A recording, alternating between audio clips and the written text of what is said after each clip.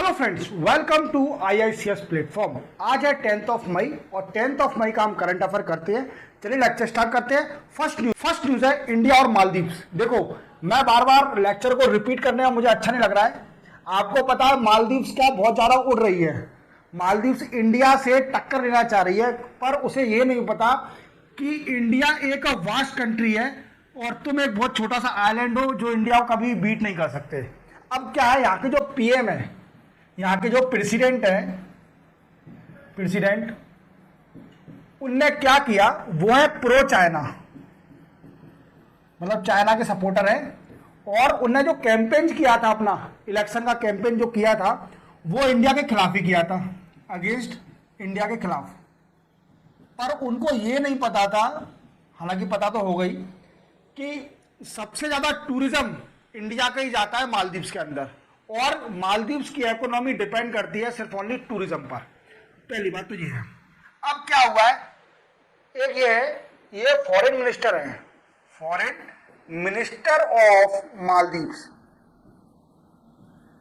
जिनका नाम बड़ा अजीब टाइप का अजीब ही है, मूसा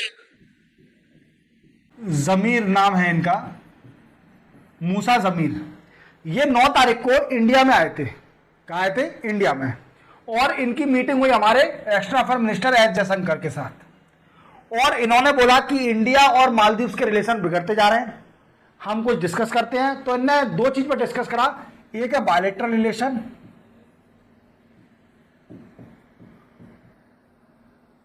और दूसरा है security of country.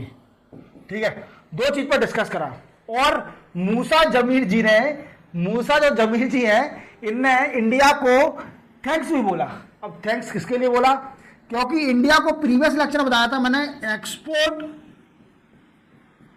Kota India ने अप्रूव कर दिया है, अप्रूव फॉर बेसिक कमोडिटीज, जैसे कि शुगर, पोटैटोज, ओनियन, जो वीट, आटा, गेहूं, ये सब कोटे पर देगी। अब 1981 में स्टार्ट हुआ था ये प्रोग्राम कोटा एक्सटेंड करने, कोटा अप्रूव करने का, और अभी तक का सबसे बड़ी भीख है ये समझ लीजिए। मैं तो भीख ही बोलूंगा डायरेक्ट, क्योंकि मालदीव्स गवर्नमेंट को इस बात का समझना चाहिए कि हमारे देश के PM सबसे बड़ी डिग्निटी मेंटेन करते हैं हमारे इंडिया के अंदर, जिसके खिलाफ कोई भी मिनिस्टर अगर इस तरीके से दूसरी कंट्री का बोलेगा। जब हमारे PM लक्षद्वीप गए तो उन्होंने बोला, कई मिनिस्टरों ने मालदीव्स के, पर उनको ये सोचना चाहिए कि भीख तो हमारी इंडिया ही देगी हम लोगों को, तो हमें नहीं सोचना चाहिए। जो राजा आदमी है उससे नहीं बोलना चाहिए। अब ठीक है, हम तो शुरू से इंडिया, हमारी कंट्री तो दयालु है। हमारे इंडिया में इवन लोग बाग भी दयालु हमारे यहाँ दया करते हैं लोगों पे, जैसे मालदीव्स के ऊपर ने भीख दे दी, तो इसके लिए थैंक्स बोला। और ये आए भाई साहब, और 10 मई को जो डेडलाइन दी थी कि आपने मिलिट्री पर्सन को हटा दिया मालदीव से, उसके एक दिन पहले ही भाई साहब हाथ जोड़ने आ गए इंडिया में, गलती हो गई, माफ करो। चलते हम नेक्स्ट न्यूज पर। नेक्स्ट न्यूज है हमारी नीति आयोग के ऊपर। देखो, नीति आयोग क्या है? नीति आयोग के बारे में, national institute transforming India, NITI Aayog का फुल फॉर्म है। ये कब बनी थी?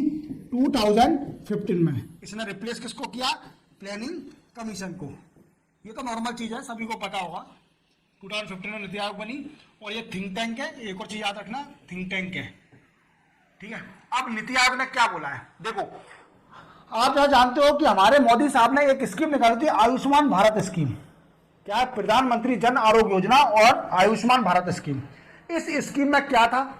इस स्कीम में था कि 5 लाख का इंश्योरेंस गरीब आदमी को मिलेगा, 5 लाख तक का वो इलाज करा सकता है। ठीक है, अब इसमें क्या हुआ, इसके अंदर, स्कीम के अंदर कई सारे हेल्थ एंड वेलनेस सेंटर बनने थे। क्या बनने थे? Health and wellness centre. अब इस हेल्थ और वेलनेस सेंटर में क्या हुआ, नीति आयोग ने रिपोर्ट, मतलब जांच पड़ताल करी, तो 3 लोगों की टीम नीति आयोग की, उनने विजिट किया 93 हेल्थ वेलनेस सेंटर पर। कहां पर? 93 हेल्थ वेलनेस सेंटर पर। अब इन्होंने फाइंड आउट किया कि कई सारा huge gap of huge gap of screening of cancer. क्या? कई सारा गैप है स्क्रीनिंग, कैंसर की स्क्रीनिंग करने में कई सारा गैप है, बहुत बड़ा गैप है, मतलब कमियां है कि कैंसर का इलाज सही से नहीं हो रहा है, ना ही उसकी जांच पड़ताल हो रही है अच्छे से हेल्थ एंड वेलनेस सेंटर पे। अब आप समझते हैं कि हमारे इंडिया में कौन से कैंसर पाए जाते हैं। देखो, हमारे भारत देश में 3 तरह के कैंसर पाए जाते हैं, 3 टाइप ऑफ कैंसर। सबसे पहला है ओरल कैंसर। ओरल कैंसर जो होता है मुंह का कैंसर, जो कि अधिकतर मैन को होता है गुटखा खाने से, ठीक है। दूसरा है सर्वाइकल कैंसर, और तीसरा है ब्रेस्ट कैंसर, जो कि वुमेन को होता है, जो कि वुमेन को होता है ब्रेस्ट कैंसर। अब इसकी स्क्रीनिंग होती है, क्या होता है, कैंसर की स्क्रीनिंग होती है। तो सबसे पहले ओरल की स्क्रीनिंग होती है, जिसको अपन बोलते हैं oral visual examination for oral cancer. Oral cancer के लिए ओरल विजुअल एग्जामिनेशन स्क्रीनिंग होती है, ठीक है। दूसरा होता है सर्वाइकल के लिए, कौन सा, visual investigation with acetic acid for cervical cancer. तीसरा हो गया visual investigation with acetic acid के साथ, ये स्क्रीनिंग दूसरे के लिए, सर्वाइकल कैंसर के लिए। और ब्रेस्ट कैंसर के लिए होती है क्लिनिकल ब्रेस्ट एग्जामिनेशन। ये 3 एग्जामिनेशन और स्क्रीनिंग होती है कैंसर के लिए, ये तीनों के लिए मैंने आपको बता दी। अब चलते हैं ऑक्सिलरी, याद रखना इन तीनों को, ये आ सकता है आपको स्क्रीनिंग के लिए। अब चलते हैं हम, क्या है कि ए ऑक्सिलरी नर्स मिडवाइफ, ये क्या होता है, देखो इसका फुल फॉर्म याद रखना, ऑक्सिलरी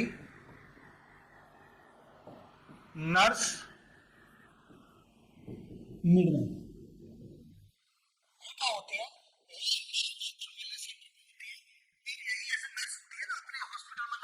ऐसे एक ऑक्सिलरी नर्स मिडवाइफ होती है हेल्थ और वेलनेस सेंटर के लिए, ठीक है। अब इसका काम क्या है, इसको ट्रेनिंग दी जाती है, फॉर कैंसर स्क्रीनिंग। जो ऑक्सिलरी नर्स मिडवाइफ है, इसको ट्रेनिंग दी जाती है फॉर कैंसर स्क्रीनिंग। पर भाई साहब, ऑक्सिलरी नर्स मिडवाइफ को ट्रेनिंग इतनी मिली नहीं, ना ही वो जानते हैं स्क्रीनिंग के लिए, तो बड़ी डिफिकल्टी हुई। देन आफ्टर हम चलते हैं कि क्या हुआ फिर, और उनने नीति आयोग के जो 3 लोग गए थे, उनने और इन्वेस्टिगेशन करी, तो पता चला कि जो अपने हेल्थ एंड वेलनेस सेंटर है वहां पर सब कुछ अच्छा है, बस कैंसर के लिए दिक्कत है। वहां पर हर इंफ्रास्ट्रक्चर अच्छा है,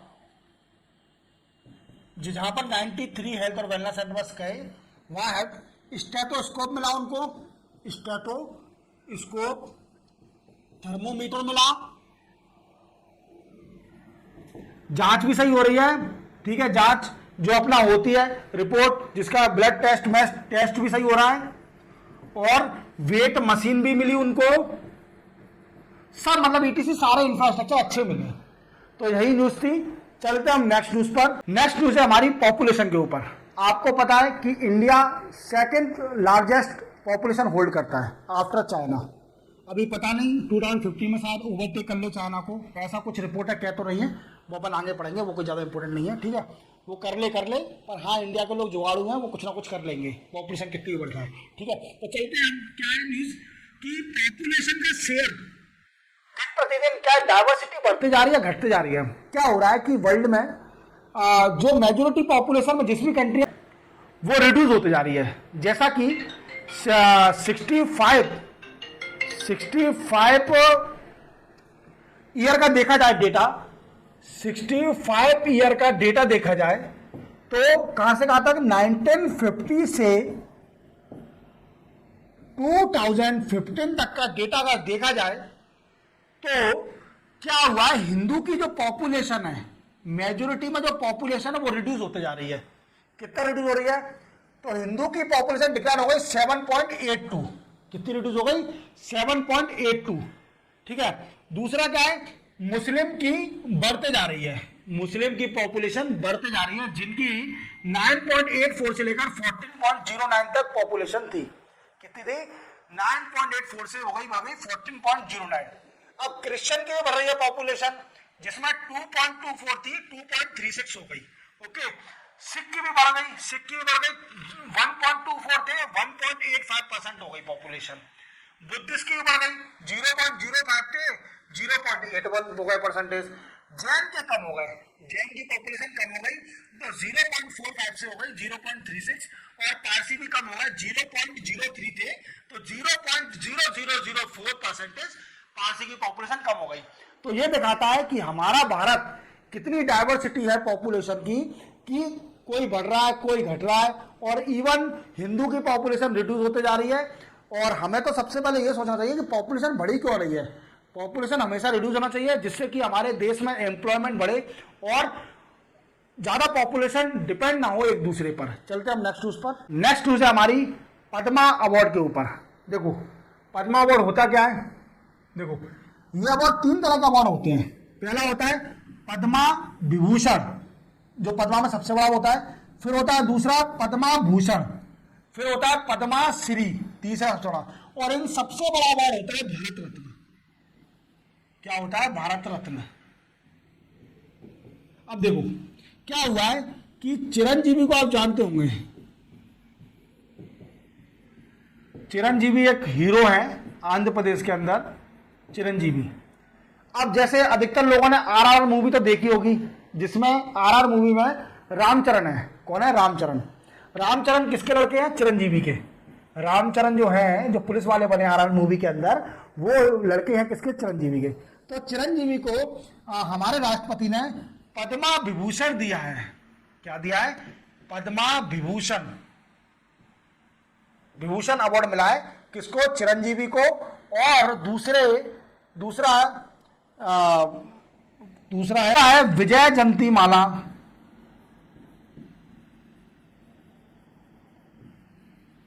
बाली। इन 2 लोगों को अवार्ड मिला है पद्मा विभूषण। और जागेश्वर यादव जी को